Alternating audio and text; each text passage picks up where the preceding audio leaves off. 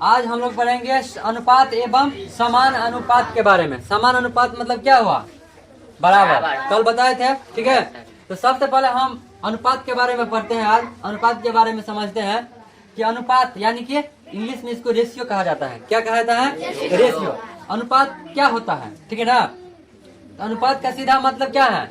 अनुपात का मतलब बट्टा होता है। क्या होता है? बट्टा। और बट्टा जो करेंगे यानी कि तुलना करेंगे। क्या करेंगे हम? तुलना करेंगे। तो तुलना करेंगे तो क्या विजातीय राशि के साथ नहीं करेंगे हम। क्या करेंगे हम? सजातीय राशि के साथ करेंगे। तुलना किस साथ करेंगे हम? सजातीय के साथ। तो इसका परिभाषा है कि दो सजातीय राशियों के बीच तुलनात्मक संबंध को रेशियो कहा जाता है। रेशियो यानी कि अनुपात कहा जाता है। तो रेशियो किसे कहा जाता है? अनुपात किसे कहा जाता है? दो सजातीय राशि के बीच तुलनात्मक संबंध को रेशियो कहा जाता है, ठीक है ना। जैसे मान चलो सजातीय कहा जाता है। सजातीय क्या हुआ? सजातीय हुआ यानी कि जैसे मान के चलो ये है, ठीक है ना। तो ए की तुलना हम बी के साथ करेंगे, ठीक है ना। ये नहीं कि ए की तुलना हम एक या दो के साथ करेंगे। जैसे मान के चलो कुछ रुपया है, यानी कि मान के चलो 500 रुपया है, ठीक है ना। उसका तुलना हम किसके साथ करेंगे? रुपया के साथ करेंगे। 100 रुपया के साथ करेंगे। क्या करेंगे? 100 रुपया के साथ करेंगे, ठीक है ना। तो ये हुआ सजातीय। अगर हम इसको 100 केजी के साथ तुलना करेंगे तो क्या सही होगा? ये हमारा गलत हो जाएगा। हमारा मतलब यानी कि हमारा अनुपात नहीं निकलेगा। ये सवाल ही गलत हो गया। ये क्या हो गया? गलत हो गया, ठीक है ना। इसको हमेशा माइंड में रखना, ध्यान में रखना कि अनुपात का मतलब क्या होता है कि दो सजातीय राशियों के बीच तुलनात्मक संबंध को अनुपात कहा जाता है, यानी कि रेशियो कहा जाता है, ठीक है ना। तो हम जैसे मान के चलो तुलना करेंगे, जैसे मान के चलो ए अनुपात बी है ना। इसका तुलना हम करेंगे किसके साथ? जैसे मान के चलो एक जगह हम 2 रख दिए, 2 की तुलना करेंगे 3 के साथ। और एक चीज और याद रखना हमेशा कि अनुपात का मतलब क्या होता है? अनुपात का मतलब होता है बट्टा होता है। इसको हमेशा ध्यान में रखना है, ठीक है ना।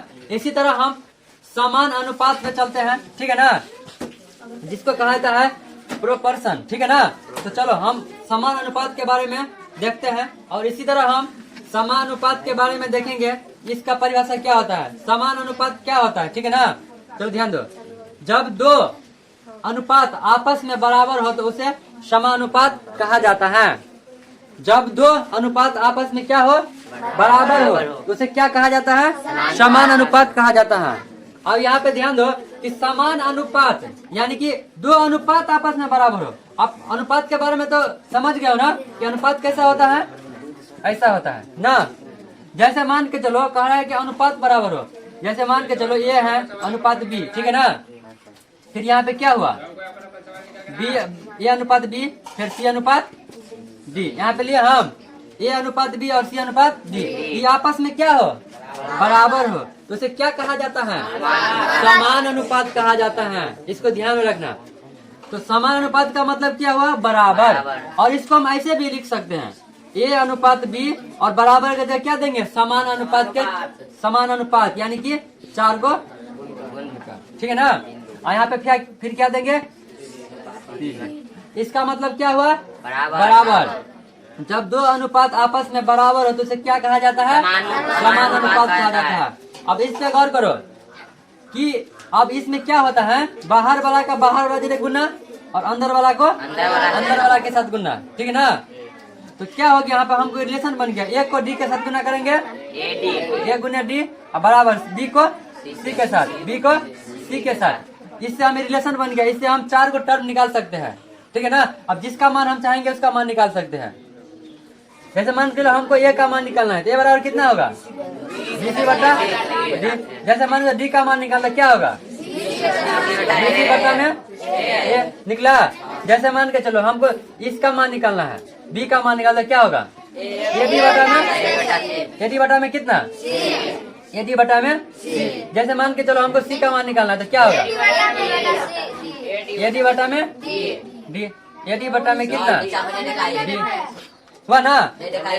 यहाँ पे दिख रहा है तो बोलता ना ये वाला इतना हुआ ना। जैसे मान के चलो हमको किस चीज का मान निकालना है? बी का मान निकाले। अब ये कैसे होता है जानते हो? मिटा दे इसको। जैसे मान के चलो कि यहाँ पे अभी बोला है कि तुम ए अनुपात बी बराबर सी अनुपात डी होता है। और ये भी बात बोले है तुमको कि अनुपात का मतलब क्या होता है? बट्टा होता है। जब अब अनुपात का मतलब क्या होता है? बट्टा। तो इसको लिख सकते हैं हम ए बट्टा बी, इसको लिख सकते हैं सी बट्टा डी। तो तिर्यक गुना होगा कि नहीं होगा? जब बीच में बराबर है तिर्यक गुना होगा कि नहीं होगा? तो ए को डी के साथ गुना करेंगे तो कितना आ जाएगा? बी को सी के साथ करेंगे तो कितना हो जाएगा? बी सी हुआ ना बराबर। तो यही बोले थे कि बाहर वाला जिले गुना तो ए को डी के करेंगे गुना तो कितना हो जाएगा? और अंदर वाले को अंदर वाले के साथ गुना तो क्या होगा? बी को सी के साथ करेंगे तो बी सी। समझ रहे हो ना? ध्यान दो। तो अगर इसमें से हम ए का मान निकाले या बी का मान निकाल लोगे? ठीक है। उसी पे एक सवाल लिखो, प्रश्न लिखो। किसी समानुपात के 3 पद 4, 6, 8 है, 4, 6, 8 है। तो चतुर्थ पद ज्ञात करे है। तो चतुर्थ पद ज्ञात करे, ठीक है ना? इस प्रश्न में हम सबसे पहले यहाँ पे देख रहे हैं कि 3 पद दिया हुआ है। कितना पद दिया हुआ है? 3 पद, 4, 6 और 8। हमको क्या निकालना है? चतुर्थ पद निकालना है। चतुर्थ पद हमको यहाँ पे कुछ नहीं दिया गया है, तो इसको हम क्या करेंगे? x मान लेंगे। हुआ ना? चतुर्थ पद x। अब देखो समान अनुपात कहा जा रहा है, तो यहाँ पे क्या होगा? अनुपात होगा। यहाँ पे क्या दो? यहाँ पे देखो 4:6 लिखेंगे। यहाँ पे तुम बीच में बराबर दो या समान अनुपात दो। फिर यहाँ पे क्या देंगे हम? और तुम लोगों को बोले थे कि चतुर्थ पद निकालेंगे ना? बोले थे बाहर वाले के साथ गुना होगा और अंदर वाले के साथ गुना होगा। तो 4 को x के साथ गुना करेंगे तो कितना आ जाएगा? 4 गुना x। और 6 को 8 के साथ 6 को 8। इसको काट भी सकते हैं हम। 4 दूना 8। x का मान कितना? 12। तो चतुर्थ पद कितना हो गया? 12 हो गया। बना सवाल। ए अनुपात बी बराबर 2:3। कितना है? 2:3। और बी अनुपात सी बराबर कितना है? 3:5। बी अनुपात सी बराबर कितना है? 3:5 है, ठीक है ना? तो क्या निकालना है हमको? ए बी और सी बराबर निकालना है। ए अनुपात बी कितना दिया हुआ है? 2:3 ना? तो पहले लिख दो 2:3। और ध्यान रखना हमको ई मान निकालना है ना? ए अनुपात बी अनुपात सी का मान निकालना है। क्या निकालना है? तो ध्यान दो, ए अनुपात बी अनुपात सी का मान निकालना है। तो ए बी के जगह क्या देंगे हम? ए बी का मान क्या देंगे? ए बी का मान कितना है? 2:3। और बी सी का जगह कितना देंगे हम? 3:5। यहाँ पे 3:5। अब क्या करेंगे हम? गुना करेंगे 2 को 3 के साथ। 3 दूना 6। 3 को 3 के साथ 3 दिया 9। और 3 को 5 के साथ 3 5 इतना हुआ ना? अब ये तीनों किसी संख्या से कट भी रहा है? 3 से कट रहा है। तो 3 से उसको काट दो। 3 से काटेंगे तो कितना होगा? 3 दूना 3 दिया 3 5 15। हमारा आंसर क्या हुआ? 5 होगा वहाँ पर सर। 3 5 15 कितना हुआ? हमारा आंसर कितना हुआ? 2:3:5 अनुपात में आ गया हमको, ठीक है ना? ये मेरा आंसर हो गया, ठीक है ना? और इस तरह से गुना करने का तरीका बताए थे। और दूसरा तरीका समझो, अगर ऐसे भी लिख सकते हो इसको, जैसे मान चलो ए अनुपात बी अनुपात सी है, तो कितना है? 2:3 है। और फिर कितना दिया? 3:5 दिए। तो ये जो खाली स्थान है ना, खाली स्थान इसके सामने वाला, इसमें भी तुम लिख सकते हो। कितना? 3 के सामने 3 और 3 के सामने 3 लिख दो। अब गुना करो। 3 5 15। बीच में अनुपात है, अनुपात 3 दिया 9 अनुपात 3 दूना 6। कितना आया? कितना से कट रहा है? 3 दूना 3 दिया 3 5 इतना ही आएगा। समझ गया ना? दोनों तरीका लगा सकते हो। अब तीसरा तरीका देखो, तीसरा मिटा दे। तीसरा तरीका देखो, तीसरा तरीका हम क्या करेंगे, अगर हमको इस तीनों का मान निकालना है, सबसे पहले लिखो यहाँ पे A अनुपात B। तुम लोग जानते हैं ना A का मान कितना, 2, B के मान कितना, 3। याद रखना, यहाँ पे लिखो 2 अनुपात 3, ठीक है ना।